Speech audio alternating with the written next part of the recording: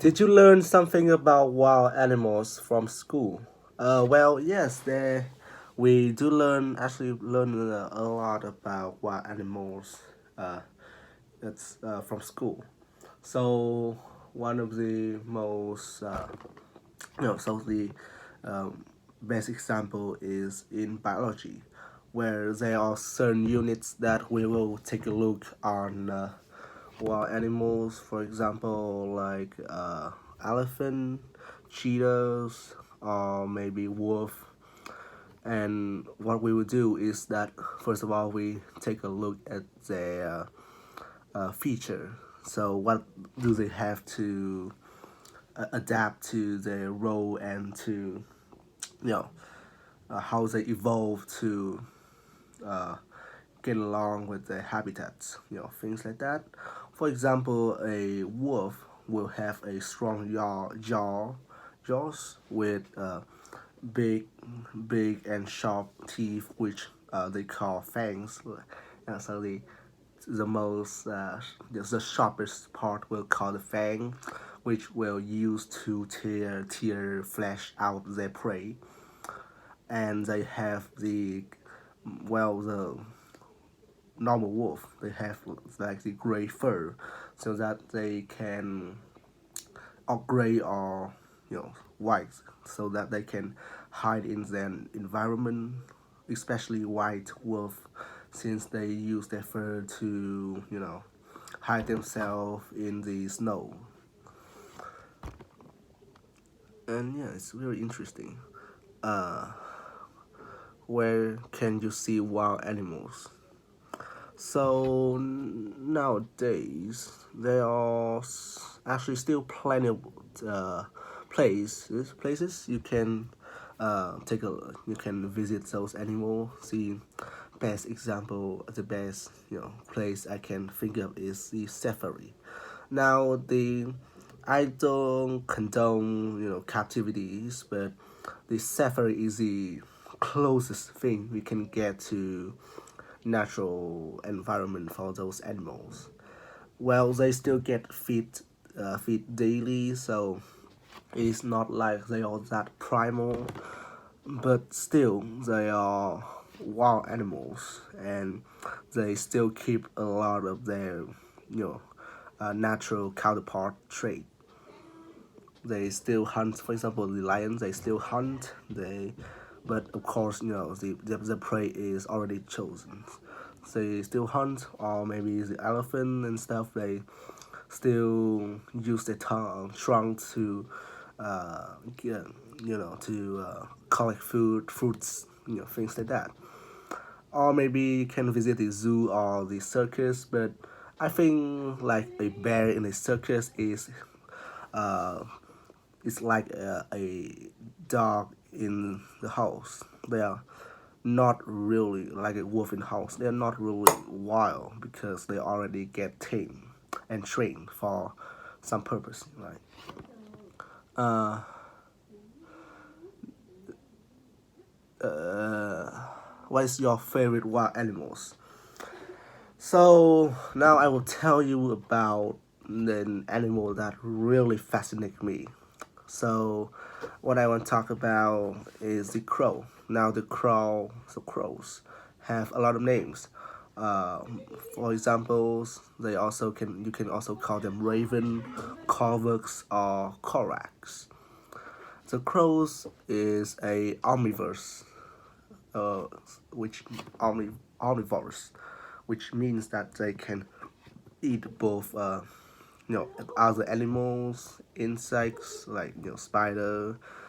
They can also eat fish, snail, and they also eat vegetables and fruits. For example, apples, nuts, and but the main feature that makes the crows stand out is the fact that they scavenge around the dead animals and garbage. That's why the crow is, aside from being the symbols of wisdom, intelligent adaptabilities, and transformation, fortune in some culture, They are also widely known to be associated with death and afterlife and destiny, you know, and even in some other culture like some indigenous in Vietnam, they also see the crow as a herald of the death. So as I say, they scavenge around the dead bodies, which means that the battlefields and cemeteries are the place that they are more. You can often see them in such a place because they also feed on dead carcass, right? And that's where the symbol then comes from. But the crow is more than that. They are highly intelligent, probably like the level of octopus and monkeys, since they have expressed the ability to use tools. For example, there has been several experiments in the last 10 years to test these crows. For example, uh, they will be test, giving a stick and see if what it can do with the stick. And to my surprise, they the can use it to a variety of things. For example, the crows can use their stick to collect food from places that they cannot reach, or maybe they can use their stick to as a way to test their to test something to test the unknown. So like they will put a rubber snake or a rubber frog in front of the crow, and what they do is they start poking those rubber snake and frog to test if there is any reaction. And once they see that they are really no, they are harmless. They identify as harmless object, in animate object. They will come closer and start poking them with their beak. So it's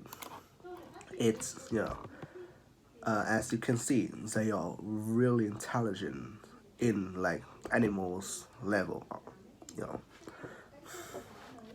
So yeah, that's why I like them. They are highly intelligent. They are also the symbols of multiple aspects in life, and overall, a really amazing creature. Truly, utterly gorgeous, I guess. Uh, do you like to see animals in the zoo? No. I disagree with animal captivities, especially when these animals are behind bars or used for circus. Used to make fun for people. Because to me, it is really against. It is unnatural to do that to them. So unlike the safari, a zoo, they only keep them in cage. So they are nothing more than an object for us human to look at and laugh and take some photos, which literally takes away the whole purpose of being, an animals, right? And it's also that the animals in zoo are often mistreated, so they look really skinny and unhealthy to animal standard, and the diet is also uh, incorrect because, for example, lions, I see a lot of people's feet like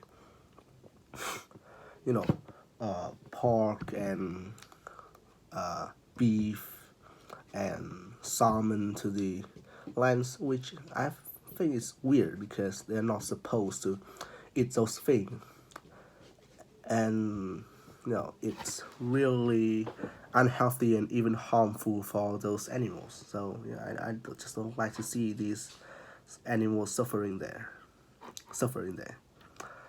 uh, what kinds of animals as pets do people have in your country? Mainly in Vietnam, there are two types of there are two main pets. As you can guess, they are the cats and the dog.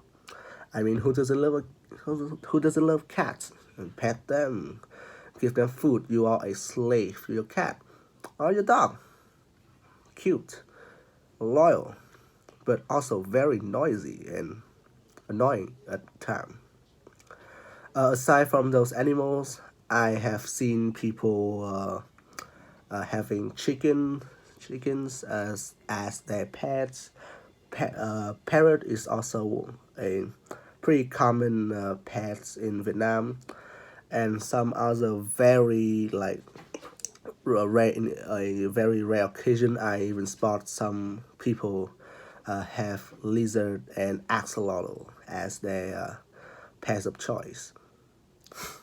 What do you think the benefits of a child having a pet? So first of all, I think it gives them a sense of responsibilities. For example, they can learn to take care of those animals, feed them, clean for them, and and make sure that they are safe and healthy. The is a child can also learn and it also help a child to like help them with their mental health.